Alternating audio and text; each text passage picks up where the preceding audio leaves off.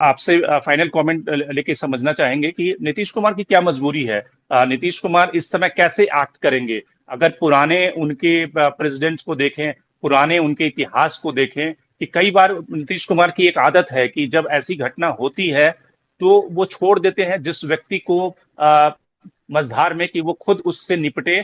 कहीं ना कहीं वो अपने दामन पे उनका कीचड़ या उनके दामन पे दाग न लगे।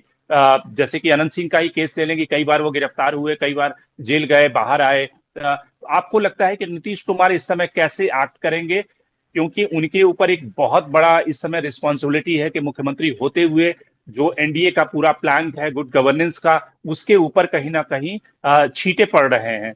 तो क्या पुलिस और प्रशासन स्विफ्टली एक्ट करेगी, गिरफ्तार करेगी, या फिर अनंत सिंह खुद निपटेंगे अपने इन सारे आरोपों से और उसमें पुलिस को जो एक्शन लेना होगा वो लेगी?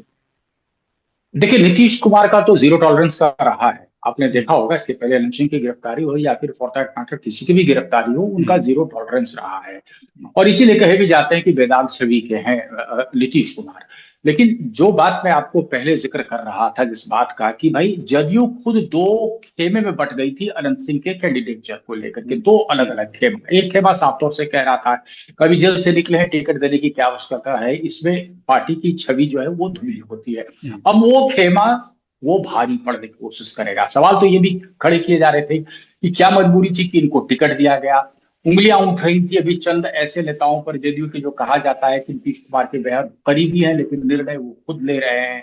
एक बात तो ये हो गई। दूसरी बात महत्वपूर्ण यह है कि देखिए, नीतीश लेकिन कुमार दूसरा का वाला कहीं ना खेमा कहीं ज्यादा हिस्सा मजबूत है ना, ललन सिंह ने अगर टिकट दिलवाया है तो वो ज्यादा मजबूत स्थिति में है। इसीलिए मैं कह कि रहा हूं, तो सवाल तो खड़े लेकिन हो गए ना। जदयू हम्म। के अंदर सवाल तो खड़े हो गए कि हम्म। टिकट कैसे दिया गया। और ये तो हम्म। ऑफिशियल बयान आया था बाकायदा नीरज कुमार का, जो मुख्य प्रवक्ता है।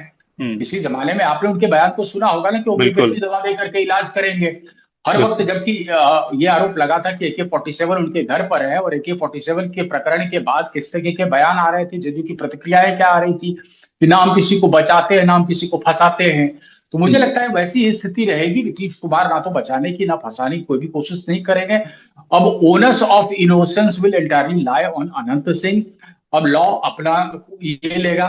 लेकिन जो सबसे बड़ा टेक अवे है, आपने कहा फाइनल का सबसे बड़ा टेक अवे ये है, वो है कि आप जो जिस हिसाब से आड़े हाथों ले रहे थे पूरे आरजेडी को, पूरे महागठबंधन को, अब आपका मॉरल हाई ग्राउंड नहीं रहेगा।